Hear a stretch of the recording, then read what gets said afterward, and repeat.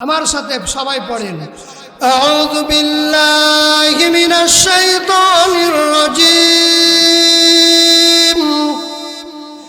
বিসমিল্লাহির রহমানির রহিম ইয়া আইয়ুহাল্লাযীনা আমানু রুকউ ওয়াসজুদু ওয়া'বুদু রাব্বাকুম وافعلوا الخير لعلكم تفلحون আমার আল্লাহ রাব্বুল আলামিন বলেন ইয়া আইয়ুহাল্লাযীনা আমানু হে ঈমানদারগণ আল্লাহ সরাসরি ঈমানদারকে ডাক দিয়েছেন ঈমানদার কারা ঈমানদার হতে গেলে তিনটা শর্ত লাগবে জোরে বলেন কয়টা তিনটা শর্ত লাগবে এক নাম্বার শর্ত হলো মুখে উচ্চারণ করতে হবে সবাই মুখে একবার উচ্চারণ করেন তো লা ইলাহা ইল্লাল্লাহু মুহাম্মাদুর রাসূলুল্লাহ সাল্লাল্লাহু আলাইহি ওয়াসাল্লাম এক নম্বর শর্ত পূরণ হয়ে গেল দুই নম্বর শর্ত পূরণ করতে হবে আমাদের এই দেখেন তো দেখি আমাদের এই বুকের ভিতরে একটা জায়গা আছে সেই জায়গাটার নাম হলো অন্তর জোরে বলেন ঠিক না বে ঠিক ওই অন্তরে বিশ্বাস করা লাগবে কি বিশ্বাস করা লাগবে যে এই পৃথিবীতে আকাশ এবং জমিনের মালিক যিনি তিনার নাম কি আর একটু জোরে বলেন তিনার নাম আল্লাহ এই পৃথিবীতে আল্লাহ ছাড়া কোনো মাবুদ নাই ইলাহা নাই সৃষ্টিকর্তা নাই আইনদাতা নাই বিধানদাতা নাই রিজিকদাতা নাই হায়াতদাতা নাই মাউতদাতা নাই সব কিছুর মালিক যিনি তিনার নাম কি দুই হাত তুলে বলেন তো তিনার নাম কি কিসে বিশ্বাস করলেন অন্তরে বিশ্বাস করলেন তিন নম্বর পয়েন্ট হলো আপনি যদি ঈমানদার হন মুখে উচ্চারণ করলেন অন্তরে বিশ্বাস করলেন তিন নম্বর আমাদেরকে কাজে বাস্তবায়ন করতে হবে কিসে বাস্তবায়ন কাজে বাস্তবায়ন করতে হবে ভাইরা আমার বন্ধুরা আমার এই জন্য কাজে বাস্তবায়নটা কি আজকে কোরআনুল কারীমের মাহফিল এই মাহফিল দেখেন তো দেখি পৃথিবীর কোনো জিনিসের উদ্যোগে নয় আজকে এই মাহফিলটা হলো আল্লাহ পাকের কোরআনুল কারীমের কারখানা অর্থাৎ হাফিজিয়া মাদ্রাসা জোরে বলেন ঠিক না বেঠি এই কোরআনকে আমরা সবাই ভালোবাসি তো জোরে বলেন ভালোবাসি এ ভাইজান আমরা এই পৃথিবীতে আছি আমরা যে যাই বলি না কেন এই কোরআনুল কারীম যদি আমাদের পক্ষে সাক্ষী দেয় আমরা জান্নাতি সুবহানাল্লাহ বলেন কোরআনুল কারীম যদি আমাদের বিপক্ষে সাক্ষী দেয় আমরা জাহান্নামী অতএব কোরআনুল কারীম আমাদের পক্ষে সাক্ষী দিক আমরা জান্নাতে যাই কারা কারা চাই একটু আল্লাহকে দুই হাত তুলে দেখাই তো দেখি নারায়ে তাকবীর ভাইরা আমার বন্ধুরা আমার বিরক্ত হচ্ছেন নাকি রাগ করছেন আপনারা এই জন্য তিন নম্বর পয়েন্ট এখন আসুন তো দেখি আল্লাহ রাব্বুল আলামিন বললেন হে ঈমানদারগণ এ ভাইজান এই পৃথিবীতে ঈমান একটি সম্মানিত সম্পদ মহামূল্যবান সম্পদ জীবনে যত কিছু করেন না কেন একজন স্টুডেন্ট ক্লাস 1 থেকে 10 পর্যন্ত পড়ালেখা করে অনেক পরিশ্রম করতে হয় জোরে বলেন ঠিক কিনা রাত দিন পড়ালেখা করতে হয় স্কুলে ক্লাস করতে হয় প্রাইভেট করতে হয় কোচিং করতে হয় এত পরিশ্রম করার পরে যখন আপনি হলে চলে গেলেন পরীক্ষার হলে যখন আপনি পরীক্ষার খাতায় লিখলেন লেখার পরে 1 মাস 1.5 মাস পরে যখন রেজাল্ট হলো রেজাল্ট হওয়ার সময় বলল যে ওই ছাত্রটা 2 সাবজেক্টে ফেল 10 বছরের সাধনা শেষ যারা বলেন ঠিক কিনা এ ভাইজান ঈমান নামকে দৌলত ঈমান নামকে সম্পদ এ ভাইজান এই ঈমানকে টিকিয়ে রাখার জন্য অনেক পরিশ্রম করতে হয় আর ঈমানকে বিলুপ্ত করার জন্য মাত্র 1 সেকেন্ডের সময় যারা বলেন ঠিক কিনা এ ভাইজান এই বাংলাদেশের মানুষ যদি এ কোরআনুল কারীমের চাইতে যদি অন্য কোন গ্রন্থকে প্রাধান্য বেশি দেয় সঙ্গে সঙ্গে ঈমান নষ্ট হয়ে যায় যারা বলেন ঠিক কিনা এই জন্য আল্লাহ রাব্বুল আলামিন বলেন হে ঈমানদারগণ উরকাউ রুকু করো এ রুকু করার ঘোষণা কার? রুকু করো, ওয়াসজুদু, সিজদা করো। তাহলে রুকু করার কথা বললেন আল্লাহ, সিজদা করার কথা বললেন আল্লাহ। ওয়াবুদু, ইবাদত করো, রব্বাকুম, তোমাদের প্রতিপালকের। আমাদের প্রতিপালক কে? আর একটু জোরে বলেন কে? আমাদের প্রতিপালক যিনি, তিনার নাম হলেন আল্লাহ। এ ভাইজান, আল্লাহ রাব্বুল আলামিন বললেন রুকু করো, সিজদা করো, ইবাদত করো। ইবাদত কাকে বলে? এই রুকু করাটাও কিন্তু একটা ইবাদত, সিজদা করাটাও কিন্তু ইবাদত। জোরে বলেন ঠিক না বেঠিক?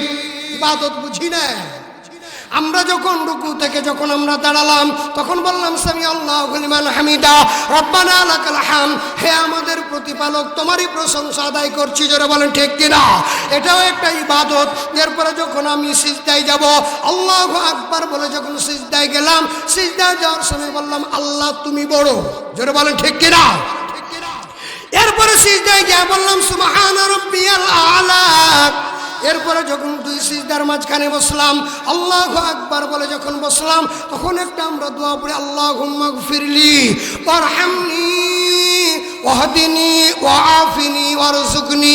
এর অর্থ কি দেখেন, কত সুন্দর ইবাদত।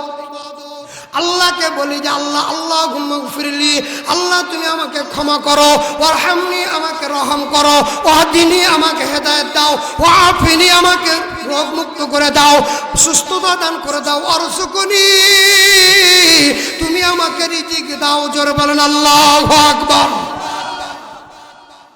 ইবাদত তো বুঝি না, এই জন্য ওয়াবুদু, ইবাদত করো, রব্বাকুম, তোমার প্রতিপালকের।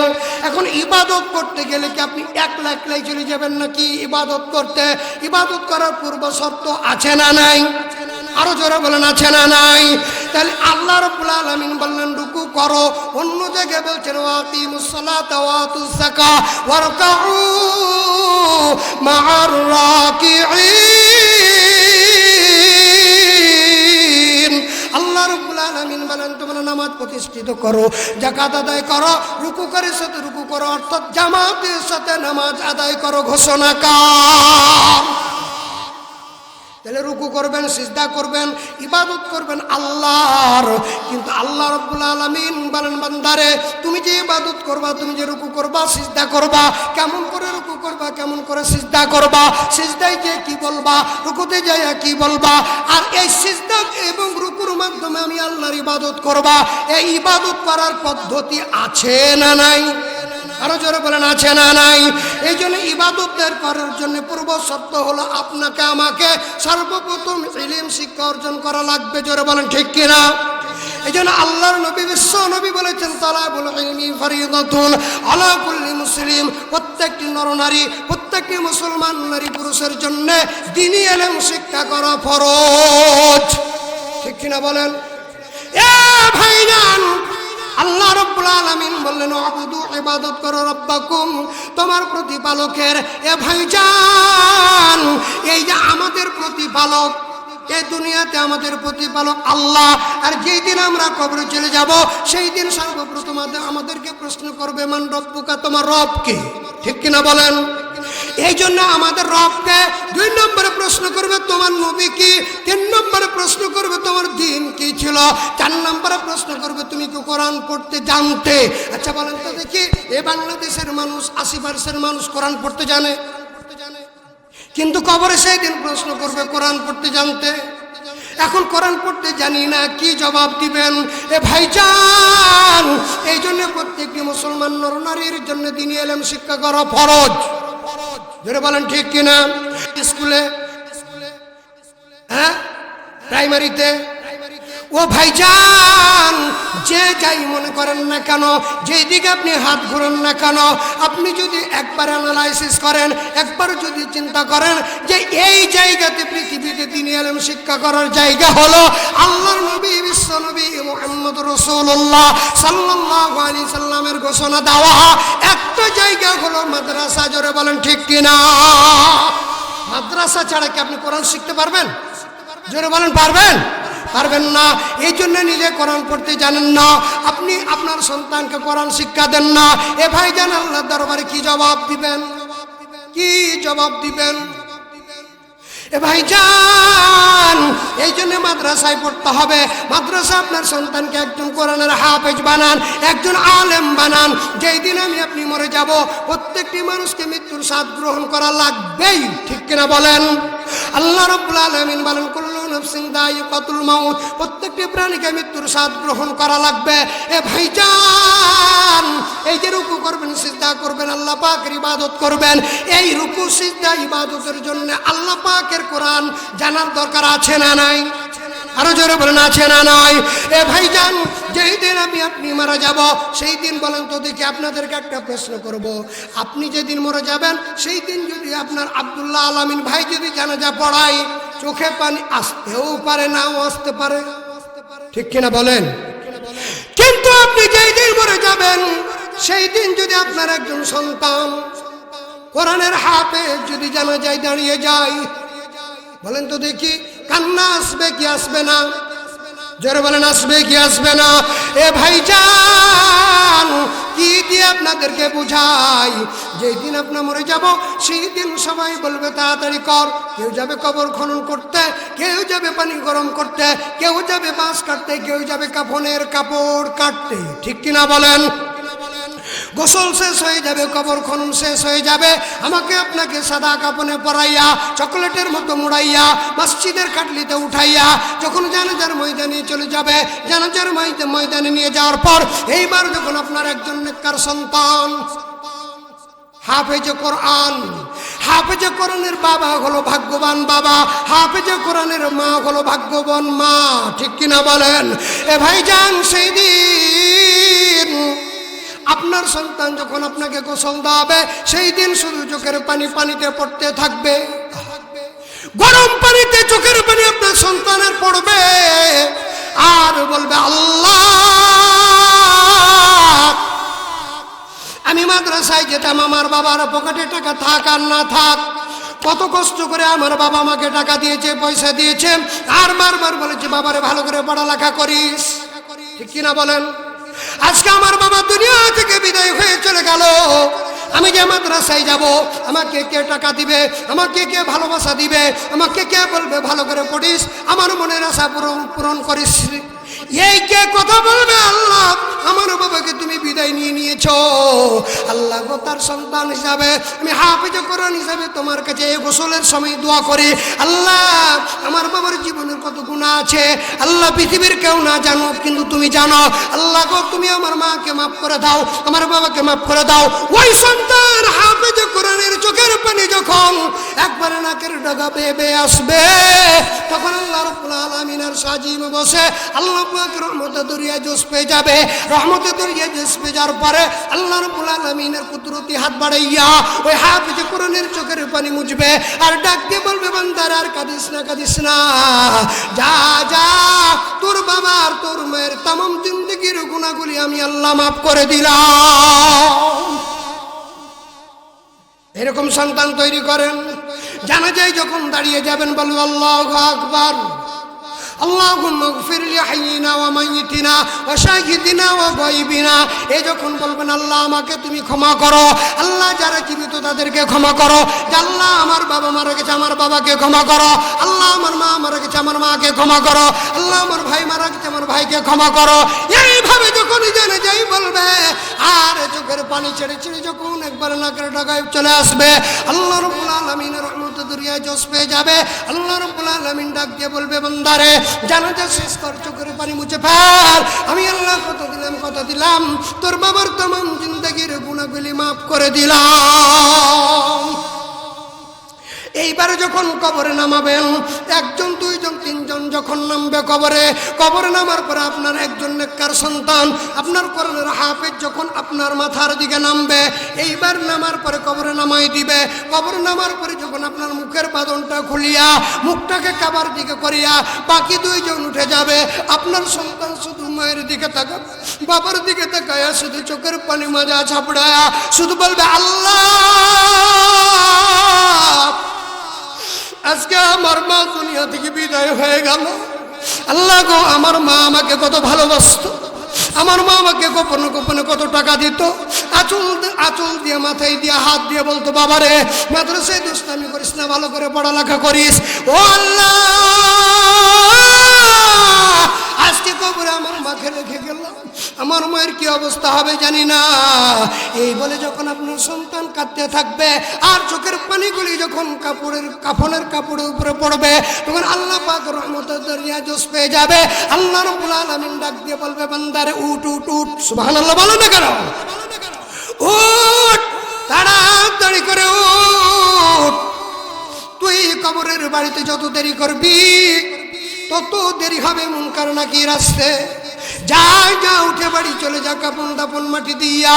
আমি আল্লাহ কথা দিলাম তোর মা বাবার, তুই কোরআনের হাফেজের দুয়ার বদলাতে, কোরআনের হাফেজের চোখের পানির বদলাতে আমি আল্লাহ তোর বাবার মুনকির নাকিরের প্রশ্নের জবাব আমি আল্লাহ সহজ করে কবরখানা জান্নাতের টুকরা বানায় দিলাম। এরকম সন্তান তৈরি করার দরকার আছে না নাই? আরো জোরে বলেন, আছে না নাই?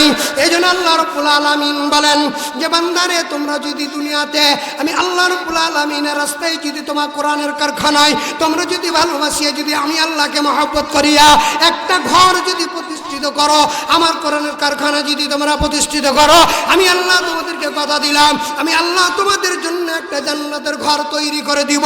জোরে বলেন সুবহানাল্লাহ। ভাইজান, কি দিয়ে বোঝায় আপনাদের? সময় যেহেতু সংক্ষেপ, আমি আপনাদের কাছ থেকে আর কয়েক মিনিটের মধ্যে বিদায় নিয়ে নিব। এ ভাইজান, জানি না এই রমজান মাসে অনেক মানুষ মারা গেছে। আজকের মাহফিলে যারা এসেছি, অনেকের বাবা কবরের বাড়িতে চলে গেছে, অনেকের মা কবরের বাড়িতে চলে গেছে, অনেকের ভাই কবরের বাড়িতে চলে গেছে, অনেকের ছেলে কবরের বাড়িতে চলে গেছে, অনেকের মেয়ে কবরের বাড়িতে চলে গেছে। কবরের আযাব কত কঠিন, কবরবাসীর চিৎকার কিরে ভাই। এই রমজান মাস একটি মাস কবর আযাব বন্ধ ছিল, রমজান মাস শেষ, কবর আযাব শুরু হইয়া গেছে। এ ভাইজান, কবরের চিৎকার পৃথিবীর কোনো মানুষ শুনতে পায় না, তামাম পৃথিবীর সমস্ত মাখলুক শুনতে পায়। কবরবাসীর কবরের চিৎকার মানুষ কেন শুনতে পায় না? মানুষ শুনতে না পাওয়ার পিছনে কারণ হলো, মানুষ যদি শুনতে পেত তার পরবর্তীতে আর কোনোদিন তার মা বাবা আত্মীয় স্বজন ভাই বোনকে কবরস্থানে কবর দেওয়ার জন্য নিয়ে যেত না, কোনোদিন কবরস্থানে যেত না। এই জন্য মানুষ ওই কবরবাসীর চিৎকার শুনতে পায় না। আজকে কোরআনুল কারীমের মাহফিল, আজকে ইকরাউল কোরআন একাডেমি, এই হাফিজা মাদ্রাসা, এই মাদ্রাসা আপনাদের এলাকায় প্রতিষ্ঠিত হোক, এ কোরআনের কারখানা চালু হোক। এখান থেকে প্রতি বছর একজন দুইজন করে আপনার সন্তান, আপনাদের সন্তানগুলি কোরআনের হাফেজ হয়ে বের হোক। এটা আপনারা চান কি চান না? আরো জোরে বলেন, চান কি চান না? কারা কারা চান একটু আল্লাহকে দেখান তো দেখি। নারায়ে তাকবীর। আমার বন্ধুরা, আমার হাফেজ আলহাজ আব্দুল্লাহ আল আমিন ভাই আমাকে বলেছে মাদ্রাসার কুরসি পর্যন্ত হয়ে গেছে, এখন উপরে বিম উঠবে এবং ছাদ হবে। আমি বেশি লোক চাই না, মাত্র 10টা লোক দেখতে চাই। আল্লাহর কোন বান্দা আছেন কোরআন প্রেমিক, আল্লাহর নবীকে ভালোবাসিয়া একটা লোক যদি বলতেন যে হুজুরা আমি 10 বস্তা সিমেন্ট দেব একজন, 1 নম্বরে, 2 নম্বরে একজন যদি বলতেন যে হুজুরা আমি দিব 8 বস্তা, 2 নম্বরে, 3 নম্বরে একজন যদি বলতেন হুজুর আমি দিব 7 বস্তা, এইভাবে কেউ যদি বলতেন আমি দিব 10,000, আমি দিব 5,000, আমি কেউ যদি বলেন যে আমি দিব 500 ইট, কেউ যদি বলেন 1000 ইট, কোন আল্লাহর বান্দা আছেন, আল্লাহর কোন গোলাম আছেন, আল্লাহর কোন মুহিব্বিন বান্দা আছেন আল্লাহর নবীকে ভালোবাসেন? আল্লাহর নবী বলেছেন আল মাদ্রাসাতু বাইতি, মাদ্রাসা হলো আমি নবীর ঘর। আর নবী যদি শাফায়াত করে আমরা জান্নাতি, নবী যদি শাফায়াত না করে আমরা জাহান্নামী। জোরে বলেন ঠিক কিনা? অতএব এই নবীর ঘরকে যদি আমরা ভালো না বাসি, আমরা কেউ নবীর শাফায়াত পাবো না। আল্লাহর নবী, মায়ার নবী গো, আপনি নবী আমার জীবনের জীবন। মারহাবা বলেন। আল্লাহর নবী, মায়ার নবী গো, আপনি নবী আমার জীবনের জীবন। আল্লাহু আকবার। এই পৃথিবী যেটা নবীকে সবচাইতে ভালোবাসতে হবে। এই নবীর মহব্বতে একটা লোক যদি বলতেন যে হুজুরা আমি এই হাফিজা মাদ্রাসায় 10,000 টাকা দিব, 5,000 টাকা দিব, 2,000 টাকা দিব, 3,000 টাকা দিব, 1,000 টাকা দিব, 500 টাকা দিব, আল্লাহর কোন বান্দা আছেন, আল্লাহর কোন গোলাম আছেন, একজন যদি বলতেন 1 মণ ধান, 2 মণ ধান, 1 মণ গম, আধা মণ গম, 1 মণ আম, আল্লাহর কোন বান্দা 1,000 ইট, 2,000 ইট, 500 ইট, 1 quintal rod, half quintal rod, কোন আল্লাহর গোলাম আছেন? একজন যদি বলতেন আমি প্রাণ ভরে দোয়া করতাম ভাইজান আমি এই হাফিজা মাদ্রাসায় একটানা 14 বছর চাকরি করেছি, আমি গুনাহগার হয়ে গেল আমার হাত দিয়ে 100-র উপরে কোরআনের হাফেজ তৈরি হয়ে আছে, এর ওসিলায় আজকে একটু হাত তুলে দোয়া করবো আপনাদেরকে নিয়ে। কোন আল্লাহর গোলাম আছেন? একজন যদি বলতেন যে হুজুরা আমি এই হাফিজা মাদ্রাসায় 1,000 টাকা দিব, 2,000 টাকা দিব, আল্লাহর কোন গোলাম আছেন? একজন যদি বলতেন। জানি না এই মাদ্রাসাটি কিয়ামত পর্যন্ত সদকায়ে জারিয়া হিসাবে প্রতিষ্ঠিত হয়ে যাবে। এ ভাইজান এই হাফিজা মাদ্রাসায়